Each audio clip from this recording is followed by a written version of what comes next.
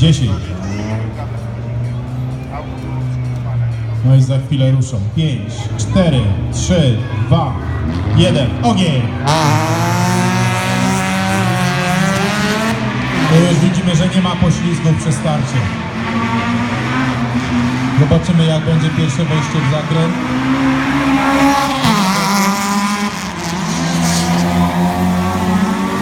Widzimy wspaniałą walkę, jest boczek, było cudownie. Bardzo ładna jazda, przepięknie widowiskowo, ale ze stratą czasu. Grzegorz Myśliwiec, Dawid Szczepiński.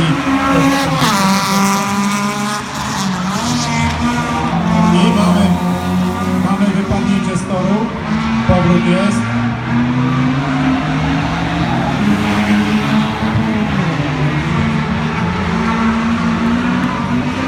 Czas już nie jest ważny, teraz jest tylko...